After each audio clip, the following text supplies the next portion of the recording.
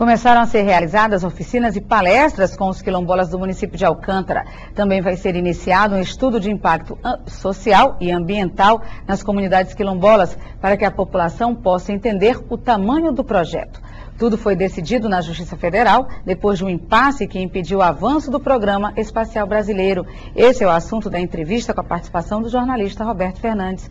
Bom dia, Roberto. Bom dia, Patrícia. Bom dia, Soares. Eu converso com o juiz federal José Carlos Madeira para explicar melhor para a gente como é possível, a pergunta fundamental é se é possível conviver os espaços dos quilombolas com o centro de lançamento de Alcântara. Um impasse que a princípio se deu a impressão de que isso não era possível. Essa convivência é perfeitamente possível, desde que naturalmente, diante dos estudos realizados do impacto ambiental, sejam possíveis delimitar precisamente as áreas de atuação dos quilombolas e os limites do projeto aeroespacial brasileiro. O que se imaginava é que o centro precisa cada vez de mais espaço, de áreas.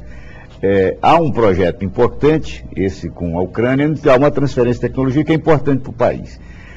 Agora, as comunidades também disso não têm aproveitado absolutamente nada. Perfeito. A situação de Alcântara é uma situação dramática sob o aspecto social e mesmo sob o aspecto econômico. Este projeto aeroespacial brasileiro que se desenvolve em Alcântara não conseguiu, pelo Estado brasileiro, possibilitar qualquer melhoria às comunidades quilombolas. De sorte que a ampliação do projeto aeroespacial brasileiro, que em princípio ultrapassaria os limites do CLA e alcançaria as comunidades de Mamuna, Baracatatiú e Brito, causaria danos irreversíveis àquelas comunidades, que são comunidades centenárias.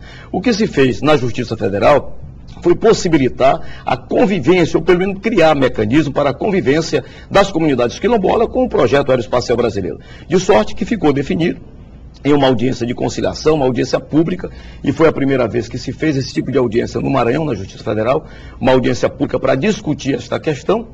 Se possibilitou a delimitação do projeto de expansão do projeto espacial brasileiro, da Alcântara Cyclone Space, que é a empresa binacional criada pelo Brasil e pela Ucrânia, nos limites do CLA. Ou seja, não haverá comprometimento das comunidades de Mamuna, Baracatatiú e Brito e outras comunidades que estão no entorno do projeto aeroespacial. Ficarão, portanto, o projeto circunscrito aos limites do centro da família Alcântara. Já estabelecidos. Já estabelecido anteriormente, quer dizer, diante do projeto do centro de lançamento de Alcântara, chamado CLA. Agora, o projeto aeroespacial brasileiro não desbordará, não ultrapassará os limites desse centro de lançamento. Porque se levantou até a hipótese de que essa decisão impediria o avanço do centro de lançamento e até seria transferido do Maranhão, de Alcântara mais precisamente. Com esse acordo, a coisa agora avança? Há uma expectativa de que isso efetivamente seja mantido, ou seja, o que nós fizemos na Justiça Federal foi criar mecanismo para que se acomodasse essa situação. Do jeito que a situação estava caminhando para o impasse, provavelmente o Ministério da Defesa do Brasil e o próprio Estado brasileiro não teriam condições de viabilizar o cumprimento de um calendário anteriormente acertado com a Ucrânia. E isso, evidentemente, revidaria em graves prejuízos econômicos, financeiros e políticos para o país. Então nós tivemos, digamos assim, essa sensibilidade com a questão para compreender os interesses das comunidades quilombolas, sem descurar, sem desprezar, no entanto, os elevados interesses do Estado brasileiro.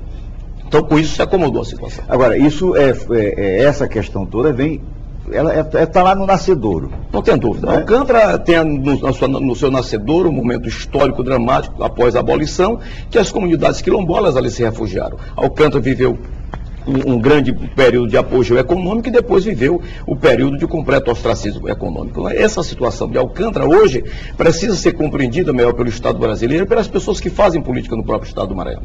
E que são pessoas que tiram, com a dificuldade econômica que tem, tiram da terra seu próprio sustento. Perfeito. O que marca fundamentalmente as comunidades de Alcântara é o extrativismo, quer dizer, a pesca artesanal, que devem ser respeitados. Então, o centro de lançamento de Alcântara, como ele está hoje colocado, não haverá essa interferência, quer dizer, essas atividades poderão ser desenvolvidas. O estudo de impacto ambiental que se desenvolve é fundamentalmente para isso, para acomodar esses interesses. Houve uma resistência inicial das comunidades, porque não havia ainda a percepção do alcance desse projeto. Para que seria esse estudo de impacto ambiental? Ficou claro na audiência que nós realizamos, ouvindo os técnicos, ouvindo os peritos, que esse projeto é apenas e tão somente para aferir as condições geográficas, geológicas, enfim, as condições do entorno do centro de lançamento de Alcântara. Preservado isso, quer dizer, os interesses das comunidades, não haverá qualquer comprometimento nas comunidades. Aí nós entramos também numa discussão também interessante, que é o papel da justiça brasileira nesse momento, né? Não tem dúvida. O Poder Judiciário brasileiro é um poder ainda muito anacrônico, diria eu. Nós temos uma carga de processo imensa.